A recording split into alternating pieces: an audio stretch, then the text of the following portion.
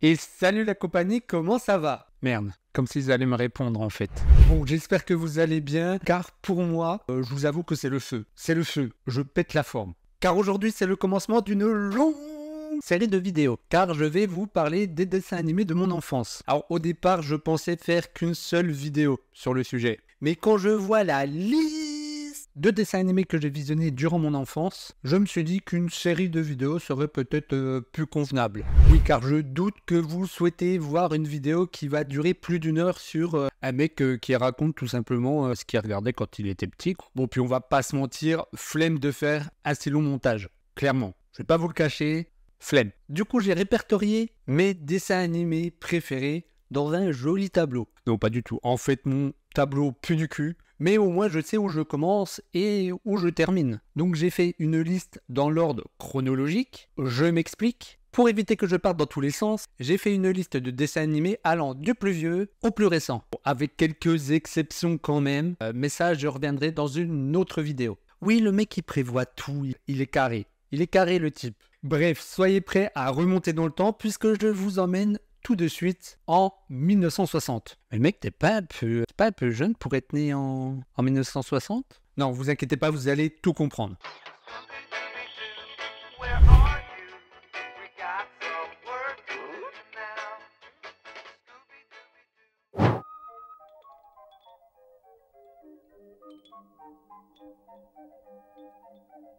Bonne nuit les petits est à la base une série télévisée française en noir et blanc, créée par Claude Leydus et son épouse Christine, diffusée à partir du 10 décembre 1962 sur RTF, qui apparemment est la première chaîne de télévision française, qui deviendra ensuite l'ORTF, où la série sera diffusée en début de soirée. La série comporte 568 épisodes de 5 minutes, avec 5 émissions spéciales qui ont été réalisées entre 1962 et 1973. Donc on y suit un ours qui s'appelle Nounours. Oui, je sais, c'est pas très recherché non plus. On va pas demander trop compliqué pour des gamins. Donc Nounours rend visite à 2 enfants avant leur coucher. Oui, je sais, c'est assez bizarre dit comme ça, mais vous inquiétez pas, la suite arrive. Il demande donc comment s'est passée leur journée, s'ils ont rencontré des problèmes, et finit par leur raconter une histoire. Et donc avant de regagner son nuage pour rentrer chez lui, oui parce que c'est logique, un ours prend toujours un nuage pour rentrer chez lui, bien évidemment.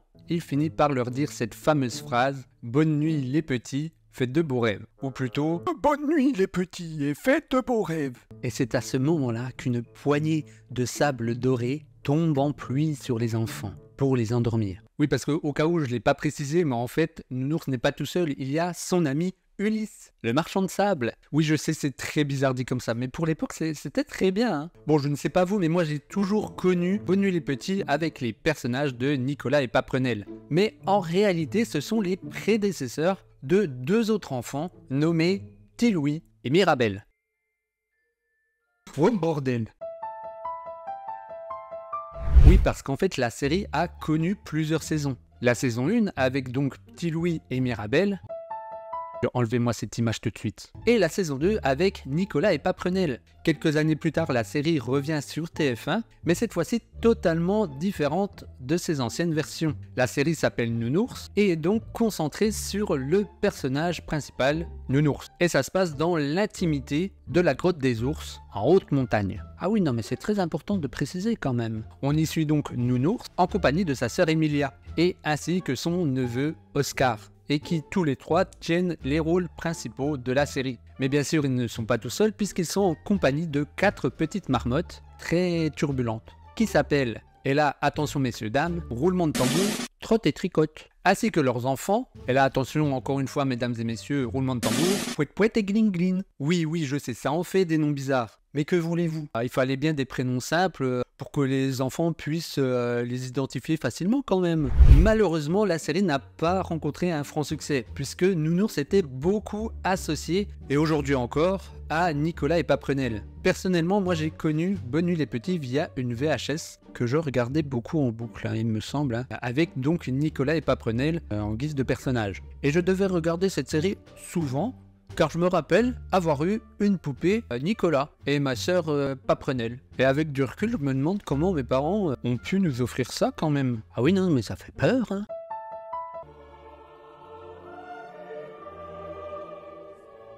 Waouh, Pingu. J'étais obligé de parler de cette série d'animation, car j'étais clairement un grand fan de Pingu.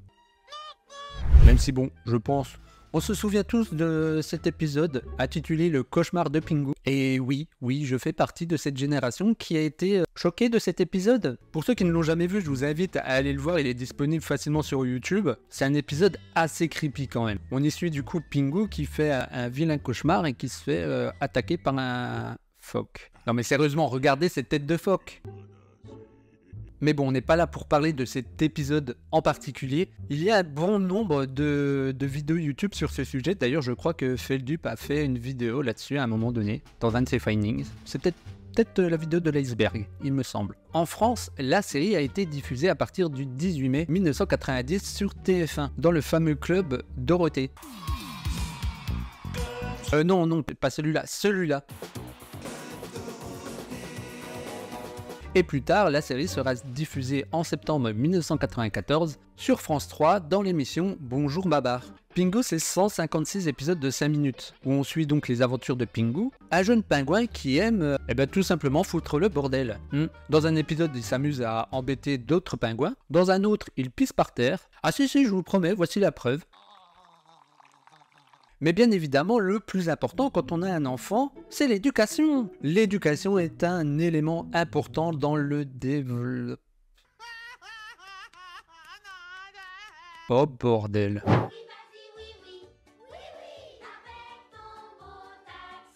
Alors attention, je vais vous parler de Oui Oui, mais pas dans la version la plus connue. Parce qu'on connaît tous cette fameuse musique.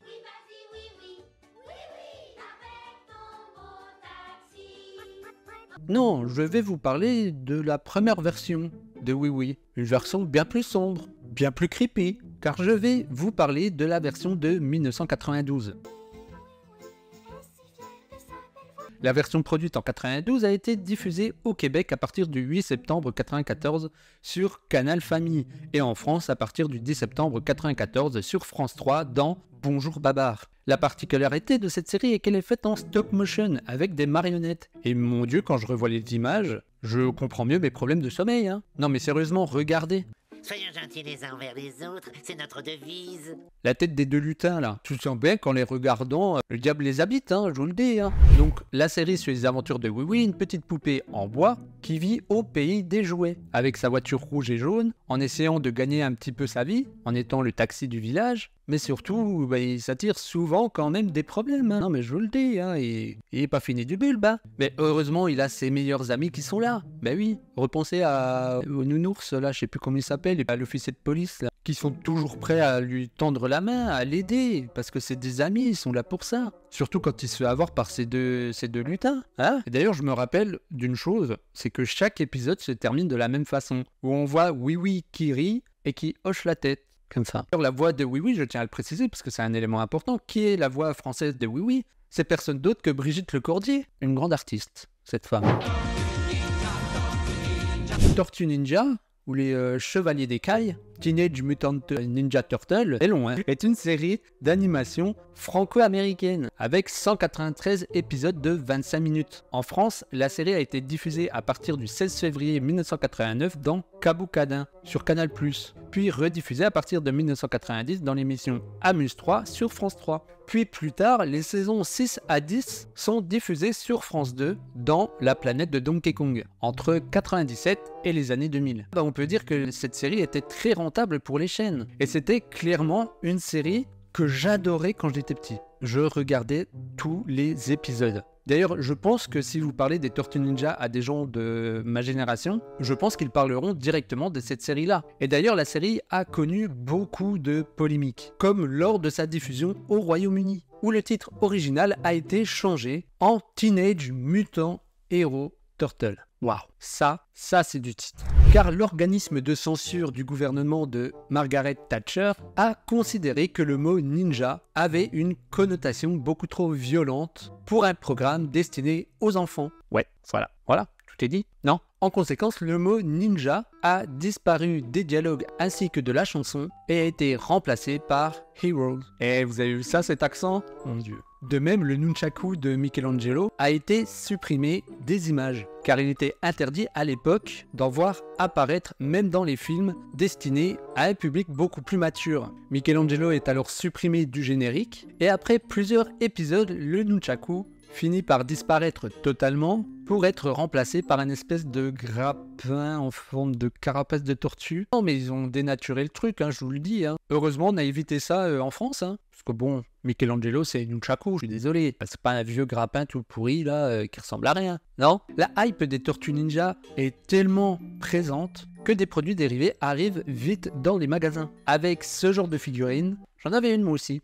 Voilà pour la petite info. Et s'il vous plaît, dites-moi que vous aussi vous avez eu ce véhicule. Et d'ailleurs, si vous vous demandez comment se termine cette série d'animation, je vous invite donc à aller voir une de mes anciennes vidéos. Je mets le lien juste ici et dans la description. Voilà, maintenant vous pourrez plus dire oui, j'ai jamais vu la fin. La fin elle est là. Heureusement que Pandart est là quand même. Hein. Il est évident que je ne pouvais pas ne pas parler des Razmoket. Ben oui, je me revois encore rentrer de l'école après une journée de dur labeur à échanger mes cartes Pokémon. Non, je déconne, j'en avais pas de cartes Pokémon, non. Par contre, j'avais des toupies Blade. Ma stratégie, Blade Toupie. Bref, je me voyais rentrer de l'école là, avec mon paquet de Pépito à la main et mon verre de lait, et regarder les épisodes tranquillement devant la télé. Dites-moi que vous aussi vous faisiez ça. Donc pour rappel, les Razmoket c'est une série d'animation américaine, créée par Arlen Klasky et Gabor Ksupo, ce nom m'étonnera toujours. Bref, et elle est diffusée en août 1991 sur Nickelodeon. En France, la série a été diffusée à partir de octobre 92 sur Canal+, dans l'émission Canaille Peluche. Plus tard, elle sera diffusée sur Canal J, puis jusqu'en 2003 sur France 3 dans les Minicums. Ah, les Minicums.